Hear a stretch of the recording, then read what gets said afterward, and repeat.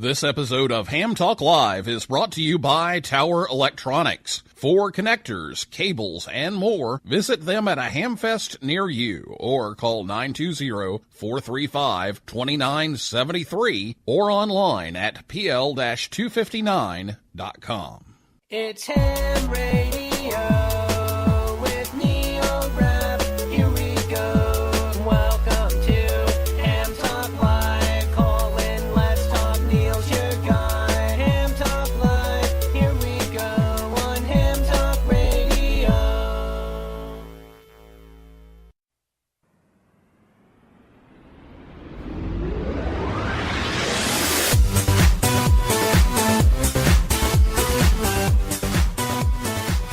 Good evening, everyone. It's time for Ham Talk Live. It's episode number 105 using Winlink. Recorded live on Thursday, March 8th, 2018. I'm your host, Neil Rapp, WB9VPG. Thanks for tuning in to this episode of Ham Talk Live. Tonight we're joined by Steve Waterman, K4CGX, and Phil Sherrod, W4PHS.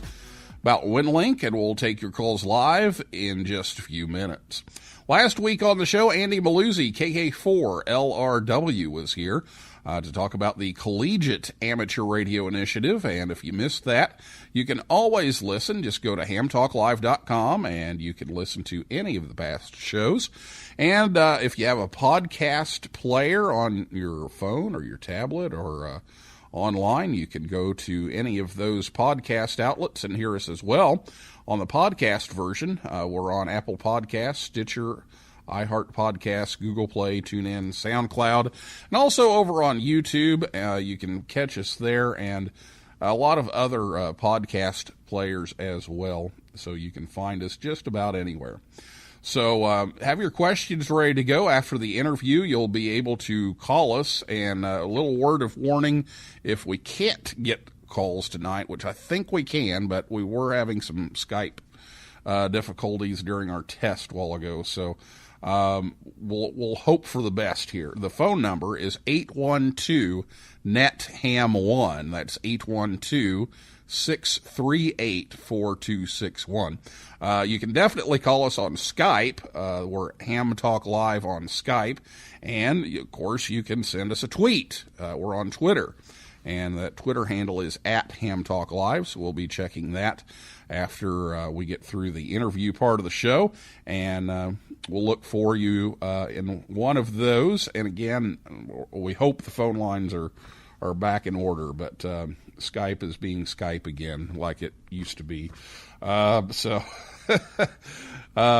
Live radio at its best. So hopefully that'll work out. But I'll be back with Steve and Phil right after this word from Tower Electronics right here on Ham Talk Live. This episode of Ham Talk Live is brought to you in part by Tower Electronics. Tower Electronics has been the Ham's Dime store since 1978. When you need connectors, mobile and handheld antennas, cables, or adapters, visit Scott or Jill at a Hamfest near you. Or you can order online at pl-259.com or call 920-435-2973. Stock up on those supplies like PL259 and N connectors, SMA adapters, audio cables, soldering supplies, mobile antennas, and ham sticks. Their silver-plated N connectors are even used on the International Space Station. Tower Electronics carries MFJ, Comet, Daiwa, OPEC, Workman, and Ham Pro products. And don't miss their 0% off sale going on now. Tower Electronics, online at pl-259.com, proud to sponsor this episode of Ham Talk Live.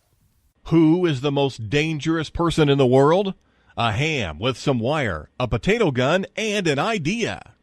Now, here's Neil Rapp with more Ham Talk Live.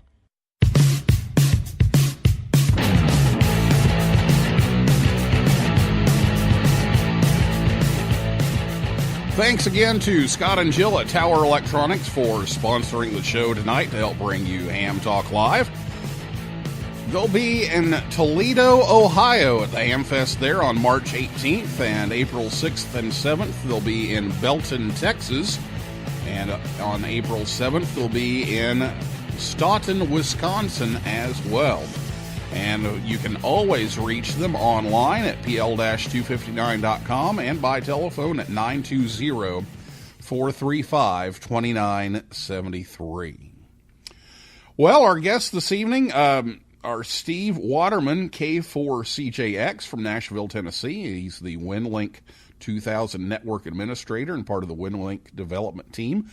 Steve has been a licensed ham since 1955, and he operated CW from 1955 until 1984 when he was introduced to digital communications, and he's an auxiliary member of SHARES, the Department of Homeland Security's National Cybersecurity and Communication Integration Center, National Coordinating Center for Communications Shared Resources High-Frequency Radio Program. Yeah, that's why you just call it SHARES.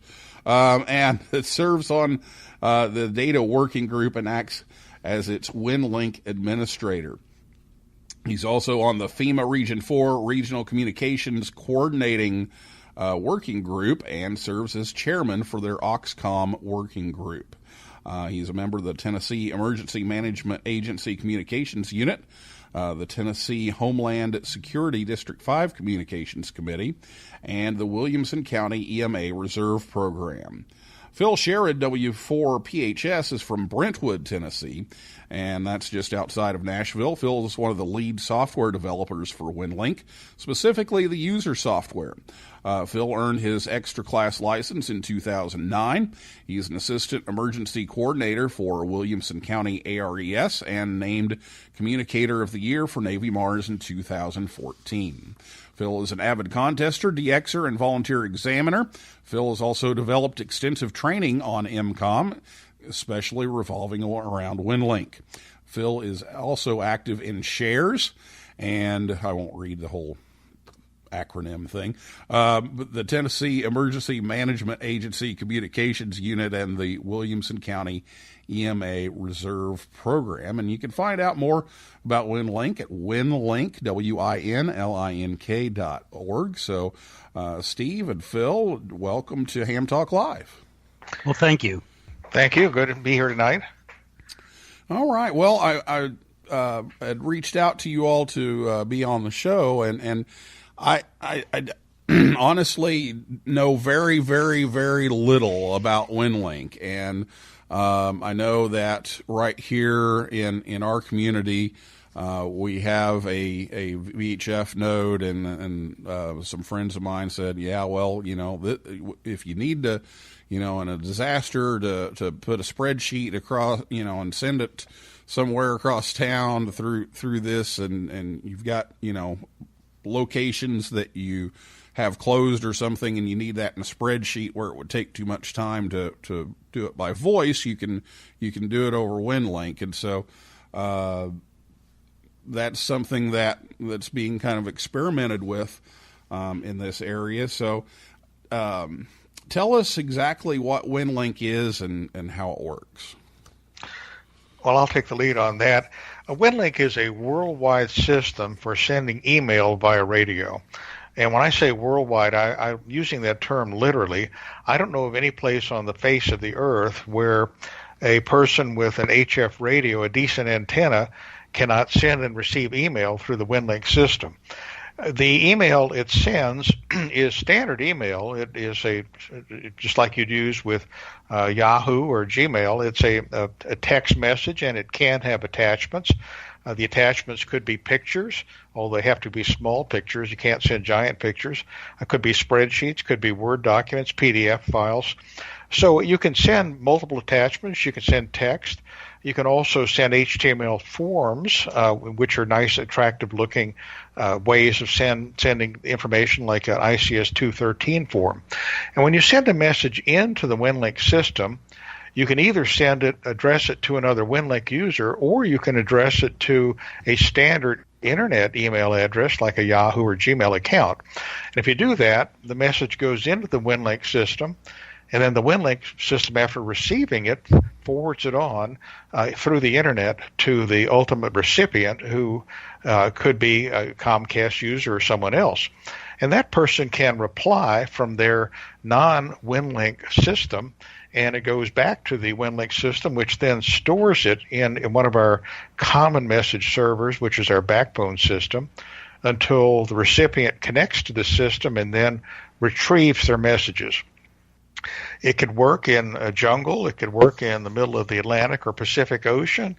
We have RMSs you can connect to literally all over the world. It's been used in virtually every incident where communication was cut off for significant periods of time. Most recently, it was used extensively in Puerto Rico after the hurricanes ravaged that area and all the other communication was down. But it's been used many times in other hurricane areas, particularly along the Carolinas and in Florida, Katrina. It's been used in other incidents as well. Certainly when they had the earthquake in Haiti some years ago, it was used extensively to communicate from the island after that. So that's a big picture. It's a system for sending and receiving email via radio. Typically, it's used over HF radio, but it also can be done over VHF, UHF radio using packet formats rather than the HF protocols. Okay, yeah. We do the VHF thing around here, so that's something additional there. Now, if you're wanting to add Winlink to your toolbox for MCOM, so say you want to set up a VHF system for this, how do you go about setting that up, and then how would you use that in an emergency? Sure. Well, there's a big difference, of course, between VHF, UHF packet-based connections and HF connections. Let me talk first about HF because that is the most common use of Winlink, and certainly in disasters you'd want to use HF because a VHF, UHF, which is restricted to the local area, may not be functional if the local infrastructure is down. So for the HF side, there are multiple ways that you can connect, and the speed and depends on your budget, just like buying a car. The deluxe way, which is used by most agencies and it's used exclusively as the only method by a shares organization, is using a protocol called PACTOR. That's spelled PACTOR, and it uses a very high performance modem. Unfortunately, it's also quite expensive for the individual ham. It runs $1,500 to $1,800 for just the modem, not your radio and computer, but just the modem itself for PACTOR. That's a lot of money out of the pocket of an individual ham, but for agencies that are used to spending $5,000 to $7,000 on P25 radios to go on the belt of a cop or fireman, it's very affordable. Now, for an individual ham who doesn't have $1,500 to $1,800 in their budget to buy a PACTOR modem, you can do it using a sound card protocol. And the sound card protocols are just as reliable as PACTOR. They do not have quite as good a signal-to-noise ratio, and they are not as fast as PACTOR in terms of sending large attachments. But for small messages, they work just very well.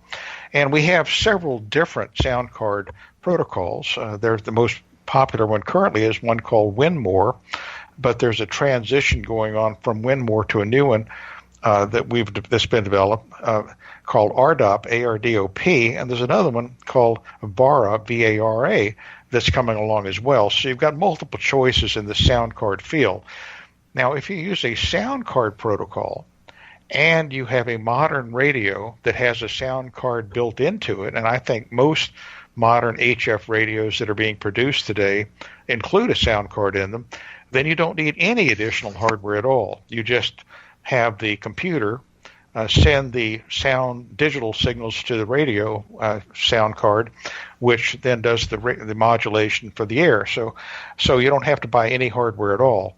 If you have an older radio that does not have a built-in sound card, then the way you go is you buy an external sound card box called a SignalLink, SIGNALINK, and it's a $100 box that connects between your computer and the radio and does the sound card function and sends the sound into the radio for transmission. So that would be the way to do it on the HF side. Now on the VHF UHF side, there are two choices there, either 1200 baud or 9600 baud. If you go 9600 baud, then you're pretty much going to have to buy a hardware modem. The most popular one is the Cantronics 9612 Plus, which is $300 to $400, probably closer to $400. But if you go 1200 baud, then there are several much less expensive packet modems that are in the $100 range for 1200 baud packet. So you've got the first decision is VHF, UHF, or HF, and then you've got your sub choices under that. I might add that packet is being replaced in larger communities by a mesh network, which also works well with Winlink. And Phil, you might want to elaborate on that for that last mile communication. Well, I'm sure a lot of your listeners have heard of mesh networks, which are becoming quite popular in many ham communities. And mesh networks use Wi-Fi signals, microwave, typically in the 2.4 or 5 gigahertz range, to provide broadband communication in a community. And the Winlink software, some of our software works very well across mesh networks. In fact, we've designed it to provide functionality specifically for mesh networks. Our RMS relay program works very well as a post office server on mesh networks. And in addition to being a post office server for messages sent through the mesh, it also acts as a POP IMAP SMTP server, so people can connect using standard email software like Outlook to send and receive messages through there and into the Winlink system. So as Steve said, we do integrate with mesh networks as well.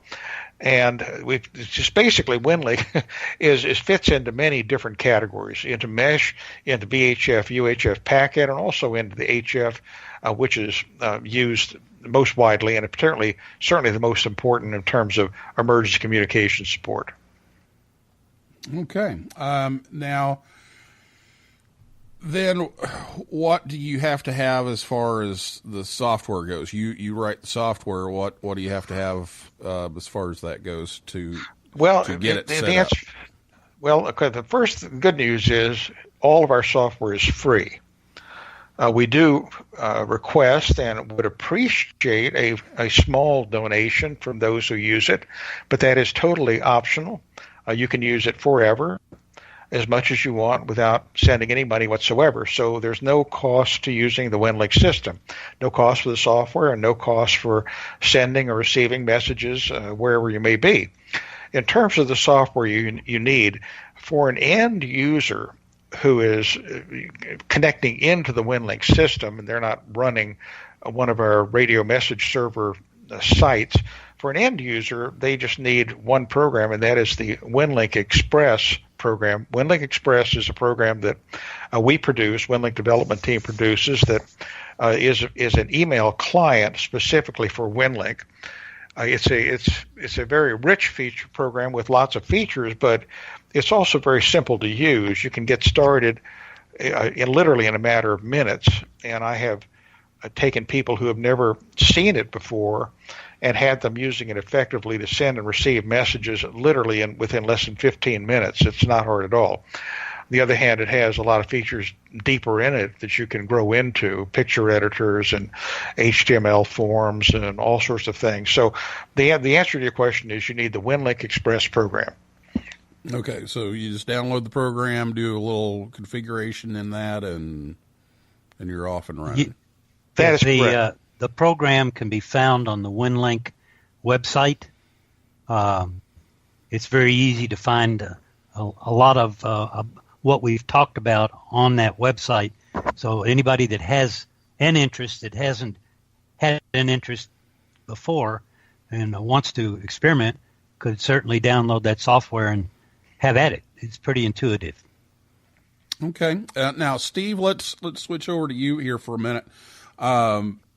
You were telling me earlier about some opportunities to do this outside of ham radio, and we were just mentioning some of that on shares and mesh and all kinds of different things that this kind of fits into. And with some of the rules and regulations and that kind of thing, sometimes outside the ham radio world might avoid some issues. So why don't you talk a little bit about shares and some of the dedicated frequencies that you've got to do this without being in the amateur bands? Okay, well, first of all, on the ham bands, Winlink is worldwide. But there is much more to Winlink because the hams have generated a lot of interest because of its success on the ham bands during tsunamis, earthquakes, tornadoes, any kind of mass casualty event where the local communication infrastructure is gone and you need to send a message that doesn't fare well over voice, like an inoculation inventory or what have you. The ham bands, the problem with the ham bands is that the amateur radio service, Part 97, is a public service more than it is an emergency service. So it's good for health and welfare, but there are a lot of regulations that don't allow it to serve the agency as agencies wish to be served that use volunteer communicators, including amateur radio operators. There's HIPAA information. There's no way to obscure data. There's a lot of people that cannot operate when a lot of non-government organizations that cannot operate when they're being paid.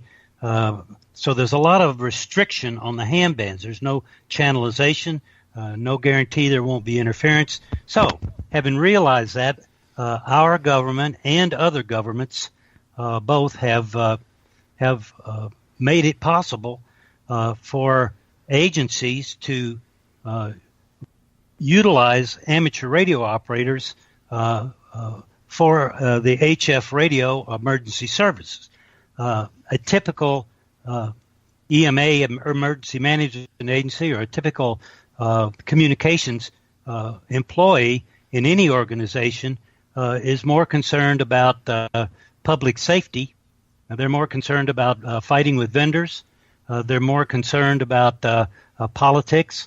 And the last thing they want to do is learn how to and operate an HF radio station, even though they realize both voice and data may be necessary.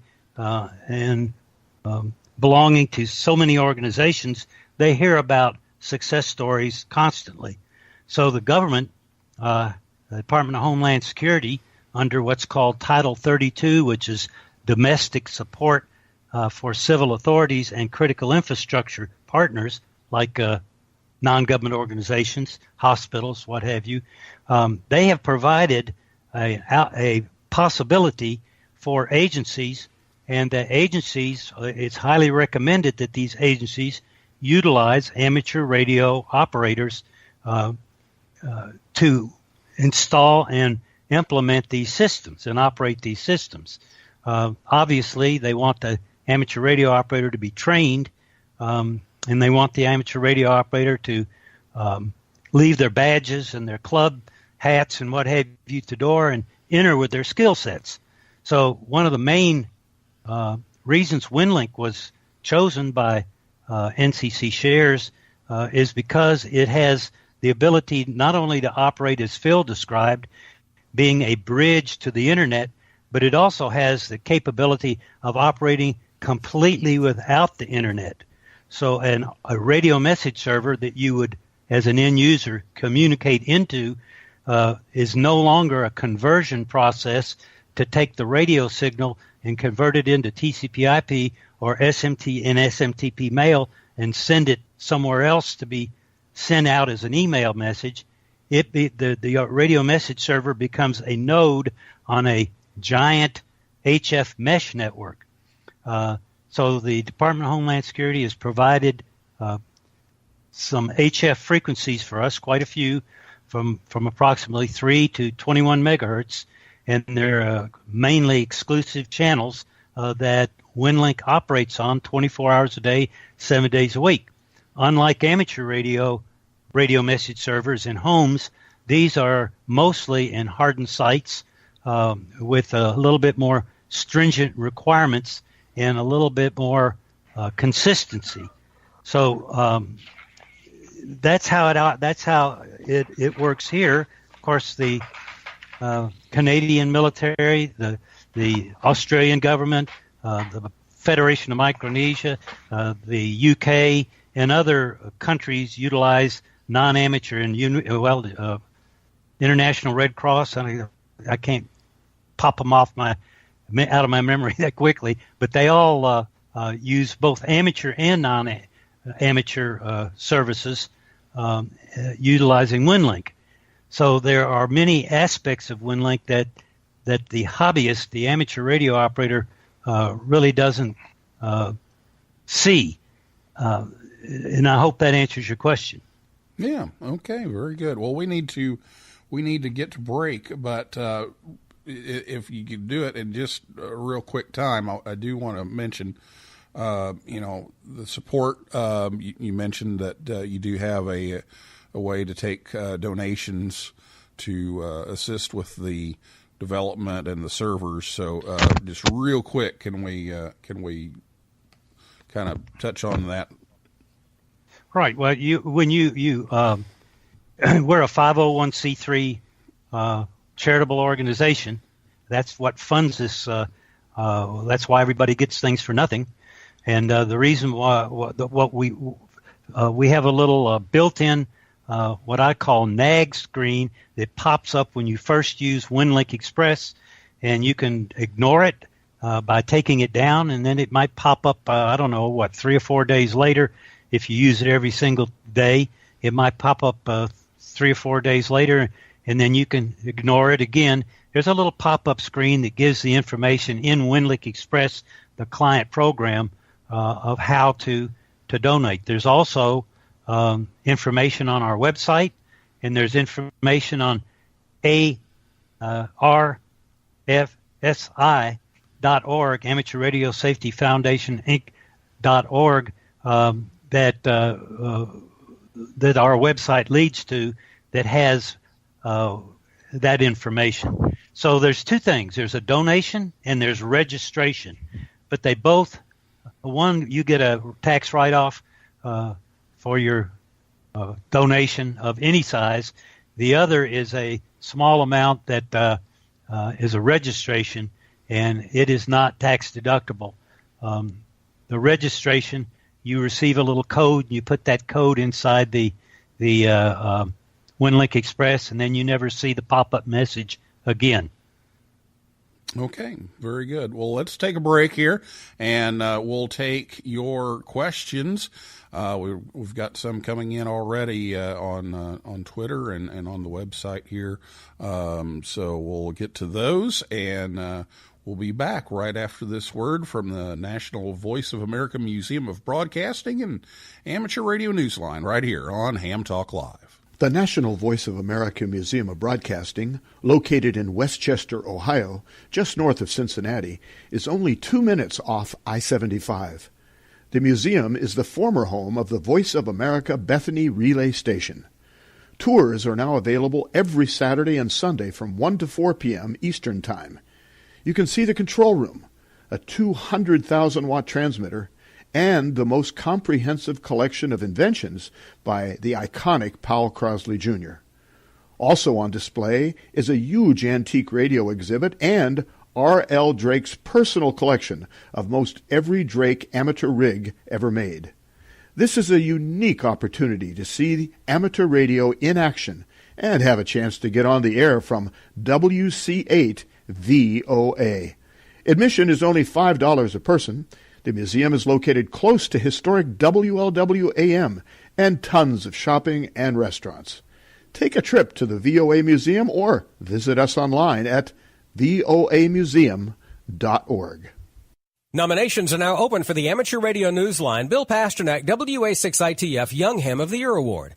I'm Don Wilbanks, AE5DW. Since 1986, we've had the honor of celebrating the accomplishments of youth in ham radio, and we want to know about your exceptional young ham. You'll find the rules and a nominating form by clicking the YHOTY tab on arnewsline.org. Fill it out, send it in, and we'll see you and an amazing young ham at the Huntsville, Alabama Ham Fest in August. Thanks, and 73 from Amateur Radio Newsline. Oh, yeah. You're talking ham radio, baby. You're listening to Ham Talk Live with Neil Rapp. Join the conversation. Call us on voice with Skype at Ham Talk Live or give us a call at 812-NET-HAM1. That's 812-638-4261. Now, here's more Ham Talk Live.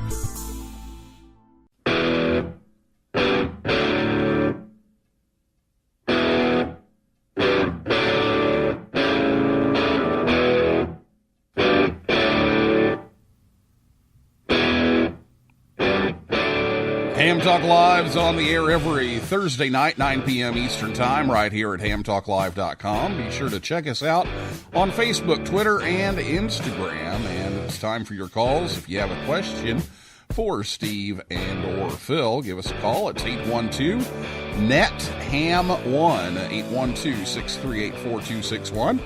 If you're on Spreaker, you can type us a comment. We'll see that. And you can tweet us at Ham Talk Live, and that's where we're picking up a lot of our traffic so far this evening. So first of all, we heard from Ron, and he wants to know, are any of the modes Winlink uses, including the new RDOP and Vera that you guys just mentioned, decodable by third parties? Also, are the users of these modes identifying in a form that the average person monitoring can decipher if the message content can't be decoded? Let me answer that. Phil, okay. Let me answer that. The any mode, whether it be Pactor, CW, or Packet, whatever, you have to have an intelligent recipient.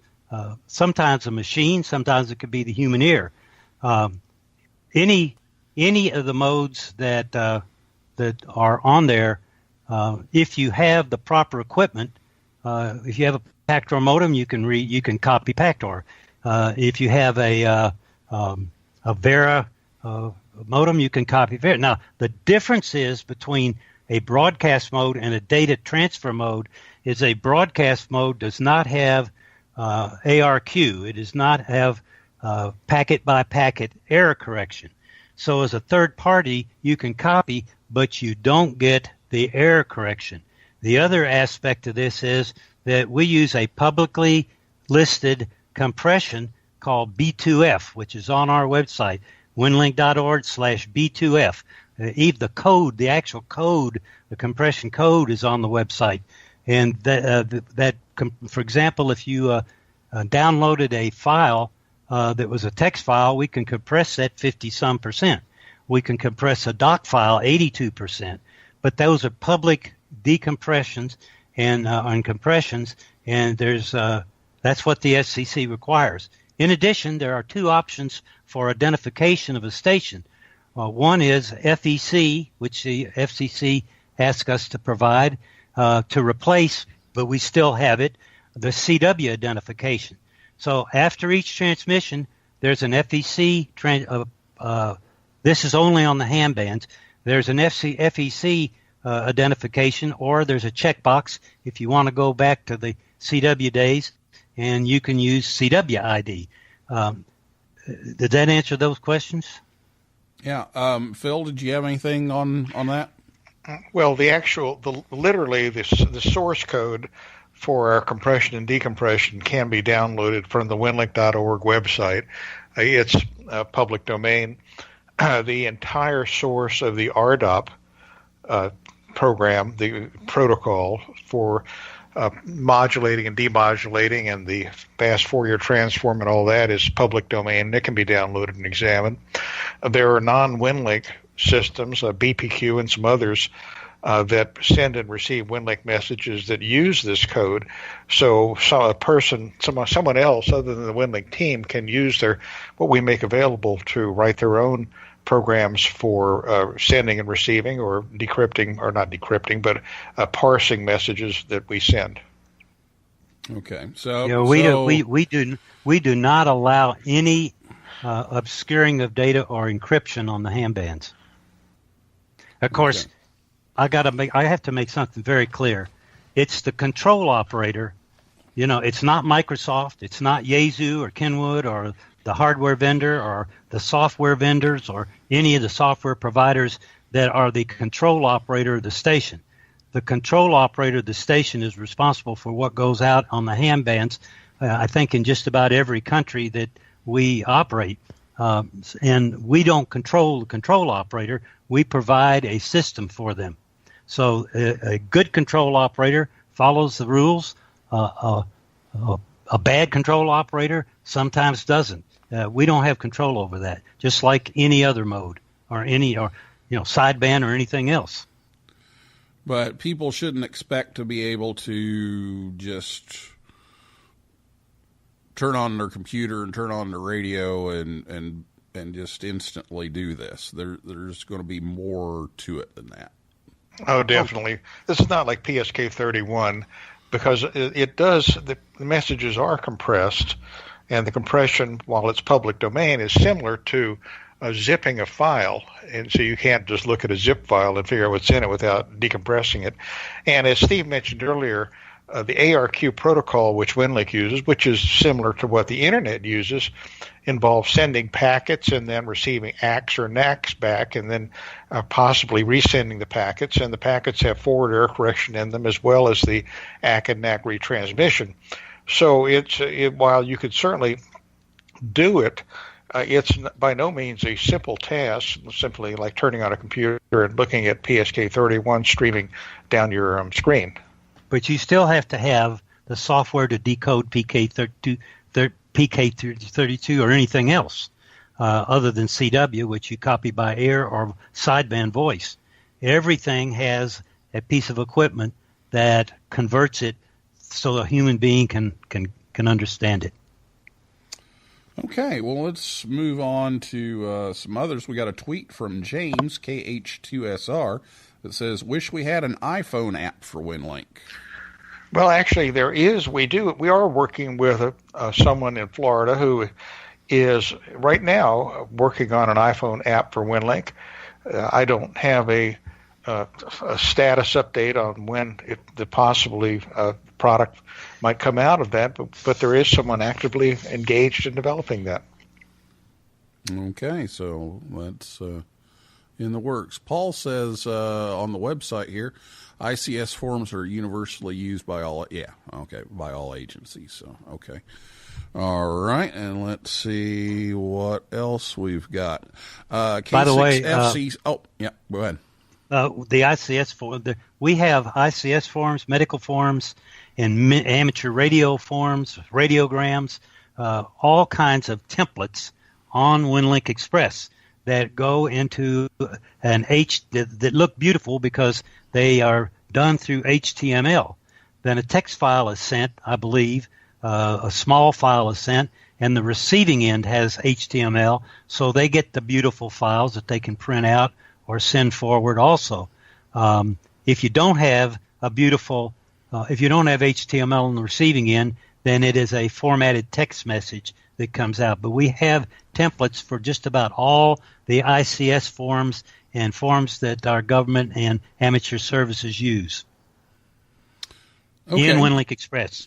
Very good. And we've got another one, and it's from K6FCC. Wants to know, can you use Winlink on DMR? Well, I guess the answer would be no. I'm not sure what that exactly means, but I think the answer would be no. Yeah, I don't think you'd have enough bandwidth and throughput to make it work through all of that.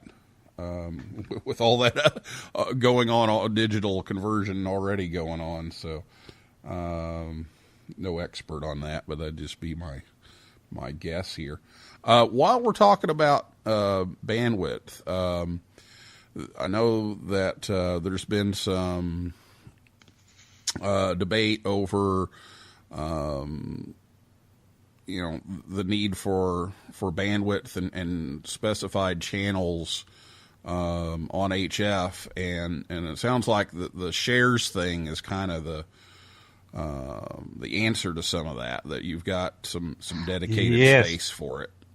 Yes, Part 97.221 established some years ago a subband in 80, 40, 20, 15 meters that provided for automatic operation. It is very narrow.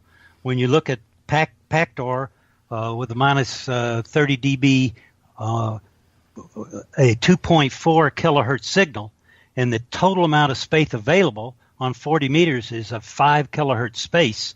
The FCC is looking very closely at the growth of digital communication and the fact that there is no real space for higher speed data transfer operation.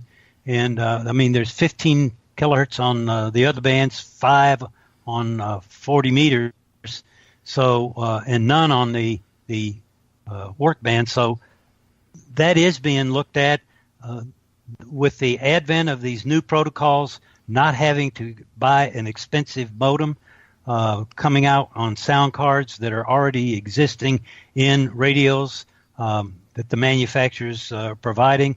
I think that just like a sideband did with AM, AM did with CW, it's going to force the issue. But yes, you're correct.